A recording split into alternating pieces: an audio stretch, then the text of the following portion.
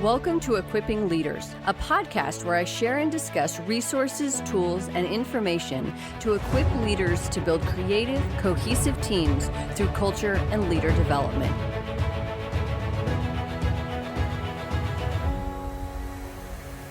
Welcome to the Equipping Leaders podcast. I'm your host, Natasha, and today I am sharing a conversation that I had with executive coach Olga Skipper on coach consultants, empowering the CEO mindset, and how coaching has evolved due to the COVID-19 pandemic.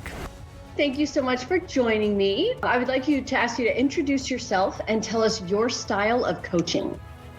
Good morning. My name is Olga Skipper, and I focus predominantly on coaching executives and founders of tech teams. So startups, startup founders, business owners, and venture capital funds, partners, and their subordinates as well. And is there a particular framework or a particular model of coaching that you are able to use more with that group of coachees? So my coaching is based on Columbia coaching process, Columbia coaching certification as well that I went through, as well as the vertical leadership development and my personal favorite, integral coaching. And I think everything else really layers on top of those two foundations. So Columbia process and the vertical development theory. And can you tell us, what is the vertical development theory? It's really hard to explain it to normal people. And I assume there will be a lot of normal people listening to us. So I'll use a metaphor that I usually use with my clients, right? So in coaching, we have either vertical develop or horizontal. And horizontal means there's a specific role, like let's say we need to fill the role of a sales manager. And somebody comes in and they're lacking maybe of certain competencies for this role, but we don't really need to change their worldview. So it's really about training them and coaching them into this role. So that would be horizontal, because we are really making them more suited to the role that they're taking over. But then there is a vertical leadership development where we really need to kind of upgrade the thinking of this person. And usually, since I work with tech founders, I usually tell them, you need to upgrade your motherboard. And you can't really do it just by putting new pieces into that. You really need a new one. So this is where vertical leadership development comes in and looks into how can we change really the mental models, the views of the person that we see more, and maybe also expand beyond the stage of our leadership development from the adult learning perspective as well. So where are we there? So usually I would say we all, as coaches, we do both. We do horizontal and vertical at the same time, but I feel like with my specific target group, I usually need to be very fast with doing both, really switching and navigating. And there is always this need also to grow the worldview of the person. So there is rarely someone coming in who just needs additional competencies. They also need to figure out how to think sometimes differently from what they used to do. Werner Berg, he wrote a lot about how someone who is very technically competent, that's amazing, but that doesn't necessarily set them up to be a leader even in that same realm. And like you're saying, there's all these other skills and abilities, and ultimately this other view of not only their organization, but of the world that someone has to have in a higher leadership position. Definitely. And this is what you're mentioning is really a very common case of someone who is, for example, a technical founder, comes into the organization and they're really proud of their technical expertise and what they have achieved there. And now they need to almost give it up in order to acquire new skills that are really not really close to their skin. It's like empathy and management and people things. So especially vertical leadership development, they're ask the question, how can we make them comfortable with moving to the next stage, with moving to the next worldview? Because giving up something we're really good at for something we're not really great at, it's really scary. Anytime we encounter a challenge or something different, we do want to fall back on like what we know and a way that we know to operate that has been successful for us in the past. I love those kind of coaching clients, but it also is, like you said, you're doing both vertical and sometimes horizontal, and as a coach having to navigate both of those that's why coaching is oftentimes exhausting for the coach. Yeah, it's true. There are all other reasons as well, but this might be one of the reasons why it gets exhausting. One of the things that I love about your website is on there's the link to the Medium blog, and you do a lot of blogging on there, and all of your writing is amazing. And one of the things that I saw that you had talked about on there was the role of the coach consultant. So can you tell us more, what does that look like and how is that different from just classic coaching?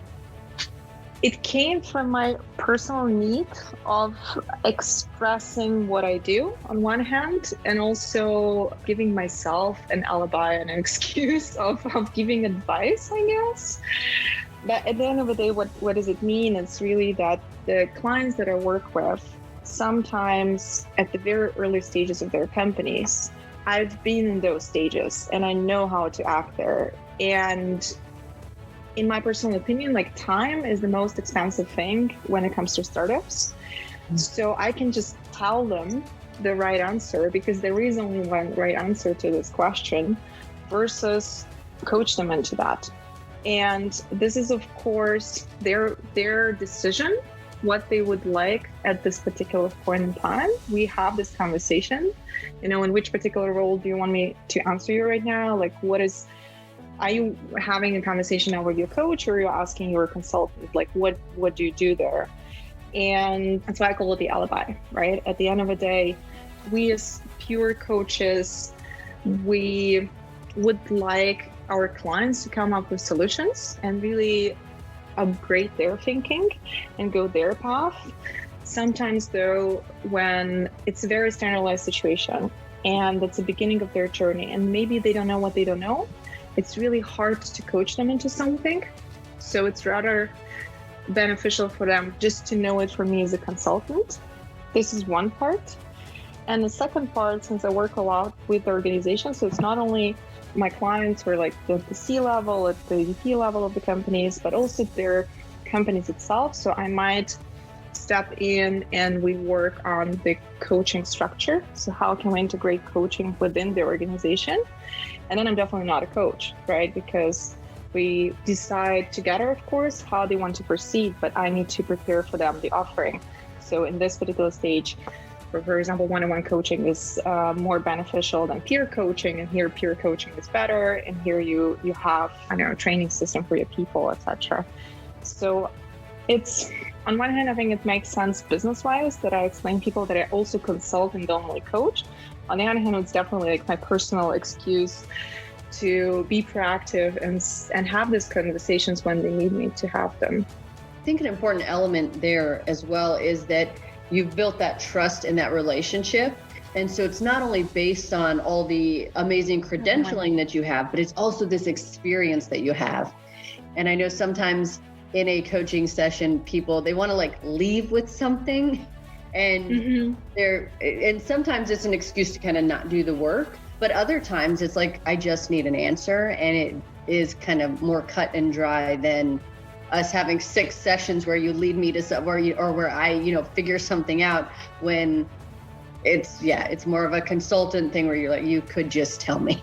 And I think that the anecdote here as well, you mentioned that, but maybe we didn't mention that explicit in our conversation. So my background is in startups, and my background is in mobile hardware, and I've built multiple companies in that area, which means that already seeing that, clients come with a specific ask, right? So it's not like I'm just not a random person that has never worked with startups.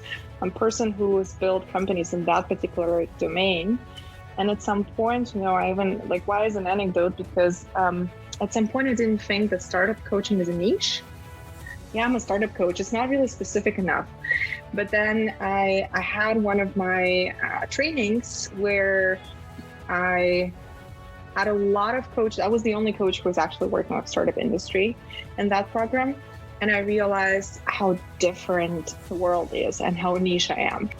And when I think about where like my coaching type clients, it wouldn't be in a startup, mostly because, and we learned this through the Columbia program as well, where usually people come to you for your experience and for your expertise. So that's perfect. And I think that, sometimes people, they may just look at like, oh, this person's a coach. Yeah, but look at what they've done and what they're bringing to the table outside of being a coach. There's many great coaches out there, but can they actually fill the need that you actually have? And this is actually the part of Columbia coaching process. So if you look at the last piece where we have the business acumen as well as the competency, so that's really where this business acumen comes from. Like where I can express my opinion, I can give them maybe more in-depth overview of how I see it as an expert versus I'm a coach leading you through the coaching process. So I think that Columbia process allows us to do that as well, because there is this competency and we can use it as a stepping stone. For me personally, I'm really conscious always how I use this, right? That I'm not taking too much space and I'm not taking, my opinion is not dominating. It's really about the client and about their path first. And then everything else comes second. I love that. There's a humbleness to that it's, their path is, they may be in kind of like the same industry or the same vein, but their path is theirs. And so kind of respecting that and then offering that other insight that you're able to offer. I think that's a really wonderful way to approach it. I think there is one tip that I would give myself when we just started being coaches: believe your client. Because sometimes, at the very beginning, I was looking at the client cases where I saw so much similarities with my own experience. I was like, I'm really not getting why they're going this direction. Like, really, I don't understand what they're saying. I don't understand how this logic works behind that. And I think as soon as I started trusting them, that they really understand their situation much better, even if I haven't went for that, like as I did, right? They understand it much better than I do. So just believing them that they can do that on one hand, and then the second, on the other side, is that they really know better. And they're in it. Yeah, they're living it. So I love that perspective. In another one of your, I just want to talk about all of your articles on Medium. I feel like if anyone who's listening to this, if you were to go to Olga's Medium page, you could literally do like team development or like great work discussions based on each of these different articles. So yeah, they're just wonderful. And in another one, you had talked about this idea of CEO as a mindset. And I really loved that. And I don't want to give away the article, but what does that mean? And how can people have a CEO mindset? I can give you a little bit of a background first, maybe, and then answer your question as well, because the background here is that with my coaching clients specifically, or my coaching clients, they're usually on both sides. They either CEOs or they're in the teams of the CEOs. And there is a natural conflict of almost like parent and the child, right? The parent has to do this and they have to provide me that. And they're making wrong decisions and stuff like that. And for the CEO, sometimes the decisions, and I'm saying we are making because I used to be a CEO as well for lots of years. The decisions we're making are not there to make people happy, right? They're there to care for them. And sometimes caring and making them happy are two different things. That's why I like to share with both sides sometimes this concept of a good enough parent, to show to them that the leader doesn't need to be perfect on one side. The leader doesn't need to know all the answers. They just need to understand, okay, we're going into the right direction and we're caring enough. And at the same time, the role of the CEO is not to give the answers. It's not to be the manual for every single decision the employee is trying to make, but the role is really to keep the system working together and not falling apart. and almost like mediating between, and that's why coming back to the parent-child, right, between so many different children in your organization and their needs and their asks and their priorities in order for the whole company to work efficiently and towards the same goal. So it's really, I think people with children can relate to that a lot, and being less of a perfectionist and more of a good enough parent. And I really appreciate that piece where you said the caring versus making them happy. And I remember I was listening to a talk by John Maxwell, and he said somebody had told him that, like, oh, that doesn't make me happy. And he said, well, I'm a leader. Like, so that's not my job. I'm a leader. I'm not a clown. Clowns make people happy, but leaders, there's many more things that you have to look at. And it really is that balancing of the corporate ecosystem, if you will, of not every decision or every insight is going to be that popular and people are just going to love it all the time. In fact, it would be suspect if it was. That whole aspect of, like, when you care about people, that caring isn't always that everybody just is happy and likes each other all the time. And the decisions are tough sometimes, right? And it's really tough on leaders to make those decisions. There is, of course, like, for example, we spoke about leadership, vertical leadership development. Vertical leadership development, if you look at the ego theories and action logic, and there is a part which is a diplomat, right? There is a part of a leader that comes to part of an organization that maybe is upset and explains this position, makes them at least buy into this decision. Maybe not fully understand it and fully being happy with what is going on, but it's still a role of a leader also to make those parts of the organization that are affected negatively. I don't think they're affected negatively, but they might feel they're affected negatively, right? To still to go in the same direction, because otherwise it's just like the whole system is falling apart.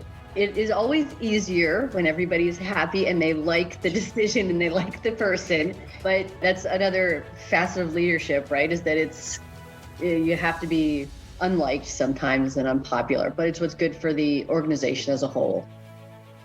I have seen you be consistently active even throughout 2020 and the global pandemic. So how has the global pandemic impacted coaching from your perspective? And that can be both for yourself and coaching in general. And then what are some positive things that you think will emerge from it for coaches? At the very beginning of the pandemic, I felt that it didn't influence me anyhow, because 70 to 80% of my clients were remote. So I'm based in Europe, but I coach in between San Francisco and Singapore. So if you look at the map, like everything between those locations. So I felt, oh no, I'll just do 100% instead of 80%. It's going to be the same. And then interestingly enough, I figured out there are multiple things that shifted. First of all, almost like month by month, I needed to change my coaching approach according to what my clients needed in those moments. So I needed to, like, still till today, I constantly ask myself, what is the need right now? What are they struggling with right now? What are the opportunities right now that they're seeing? What are the topics, etc.? And to give you a very specific example, so at the very beginning, majority of my clients, since they are the CEOs, chief operation officers, or CTOs, they were asking themselves how to make my team remote and at the same time very effective. So we needed to look into that. So very specific, very almost like tactical. Now here we need to keep the speed and not to lose the speed. And then at the same time, very fast decisions. Do we have enough money? Can we afford full staff, or do we need to downsize, etc.? So they were like really fast decisions and here and now, and you can't really do like long developmental coaching when you are in this situation.